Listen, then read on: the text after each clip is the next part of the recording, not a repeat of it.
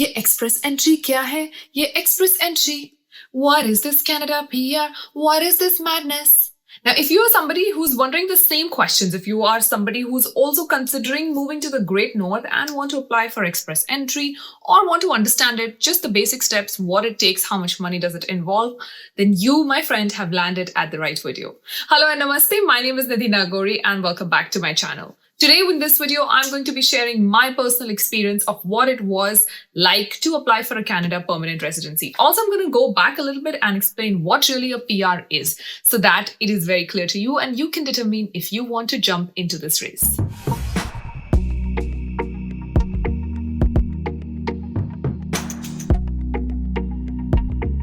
Today's video is in collaboration with Unacademy. If you've been following my videos, you know how much I love Unacademy, the group, the team, the product, all of it. They've completely revolutionized the system of education in India by making it accessible, easy, economical for each one of us. The best part about Unacademy is that you pay for one subscription and you get access to it all. Now, if you are a student who's looking to do your CA very soon, which is if you're looking to write your CA foundation in December 2021, or your CA Group 2 in May 2022 or November 2021, that this information is for you. Unacademy is coming up with their Yesha and Yodha batches. Yesha batch is for CA Foundation in December 2021 and Yodha batch is for Group 2 CA Final in November 2021 and May 2022. You get access to a whole list of educators that you can choose from. If you don't like one educator, you can move on to the other one. You also get access to live classes, recorded classes, revision test papers, mock exams, doubt clearing sessions, and a lot more. Also, you also get 10% off if you use my coupon code CANidhi. Everything else that you need to know about this amazing product and this amazing company is in the description box below, so make sure that you check them out before you head off. Alright guys, so backstory, I'm a Canada permanent resident myself. I did a self-application, which means I did not use any agent whatsoever. I applied for it while I was living in the States, which means that I had to also get a lot of documents from India while I was living in a different country. Why did I move to Canada from the United States is a completely different story and maybe some other video will cover that. For today, let's talk about what it was like applying for a permanent residency. Sabse pehle, let's answer what really is permanent residency. So in very simple terms, PR in Canada, which is permanent residency, is the equivalent of a green card in the United States, which means you have all the rights of a citizen, of a Canadian citizen, except that you do not have voting rights. And contrary to what a lot of people believe, you can actually apply for a Canada permanent residency without even moving to Canada, without even spending a single day in Canada. If you ask me, I personally applied for my PR even without visiting Canada. Are you wondering if it's a scam? To be very honest, that's the first thing that I thought of. How can a process be this easy, especially with the benefits that come with a permanent residency? Now, what are the benefits exactly that come with it? Most important benefits are health, education, and a lot of government support. So your healthcare in Canada is completely covered. Once you are a permanent resident, you don't pay anything for your healthcare. Of course, dental and vision is different, so there are different nuances to it, but most of your healthcare is covered.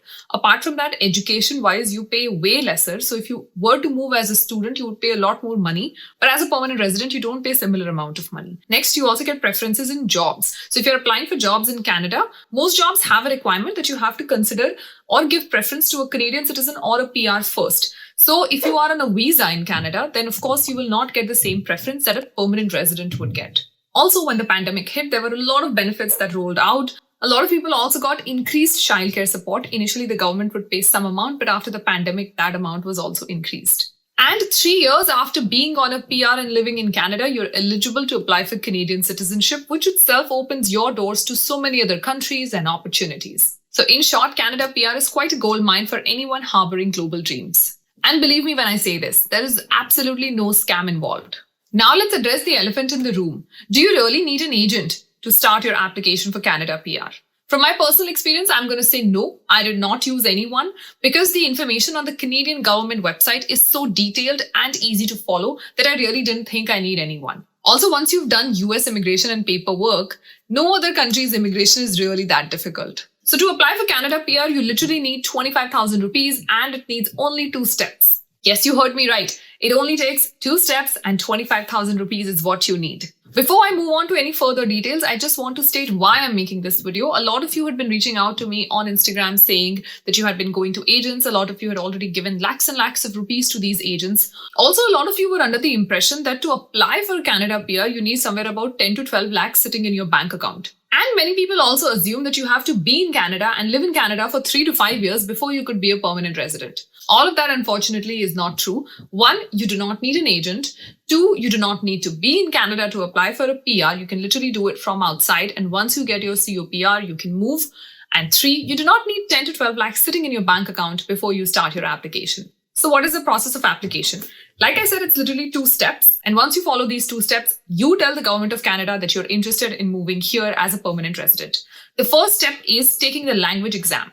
You can either take the English or the French exam. I obviously took the IELTS, which is the English exam. You should aim to score at least 8 or 8.5 in the IELTS exam because these convert into points. I will come to that later, but I took the IELTS and I got a bandwidth of about 8.5. If you ask me what prep I did, literally nothing because it is basic English exam about reading, speaking, writing, and listening. These are the 4 parameters that you're judged on. I did not take the French exam, but I do know that if you are proficient in French, that will add up to your points. The second step is getting your degree evaluated. So whatever you have studied, you have to make sure that you can get your degree evaluated. Now there's a list of agencies who are allowed to do this evaluation. You will find it on the immigration website. I'm also going to put a screenshot up here so you can see these are the agencies that can evaluate your educational credentials. When I applied for my PR in 2018, things were very different. I could literally obtain my transcript from the CA Institute and my college and send it to WES. I got my evaluation done through WES. But from what I've heard currently, you may have to ask your university to send your transcripts directly. Now, this may or may not happen. I've actually heard half people sending their own transcripts, and for half people, I've heard that the university has to send their transcripts. Once your transcripts are with the agencies, they evaluate your educational credentials and give you a Canadian equivalence of it. So I, as a BCom and a CA, got 2 bachelor's equivalents. CA was actually rated as 3 years of bachelor's and BCom was rated as 4 years of bachelor's. So once you get your language score in, which means you've taken the IELTS or the French exam and you've gotten your educational credentials in, now you go and create a profile on the IRCC website. To create a profile, you answer some very basic questions like what is your name, age, your work experience, and you also input your scores from your language exam and what the educational credential evaluation was. On the basis of your answers, you're then allocated points. This process is extremely easy. In fact, it is like writing your class 12 exams. I don't know about you guys, but when I passed my class 12, I got a certain score in my ISC, and then I applied to different colleges across the country. The college that I wanted to go to, which is St. Xavier's, Calcutta, my alma, announced a certain cutoff, and because my score was above that cutoff, I got in the first list itself. Now, this process is exactly what happens with your Canada PR application as well.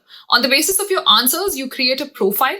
It is free to create a profile and it is free to apply for a Canada PR. So when you express your interest to move as a permanent resident, that entire process costs you nothing. On the basis of all the answers that you've given, which is your age, work experience, language skills, and education, you get certain points. The Canadian government announces points regularly. If your points are above the cutoff, then you get an invitation from the Government of Canada to apply for permanent residency. If you're wondering what this invitation is, well, your permanent residency is kinda confirmed. At this point, you just have to show documents to prove that you really are who you are stating to be. So you will have to show proof of employment, proof of your age, your educational credentials, and your language score. And once you get that done, you get your COPR, which is confirmation of permanent residency. Which means technically you become a PR when you get the invitation to become a PR.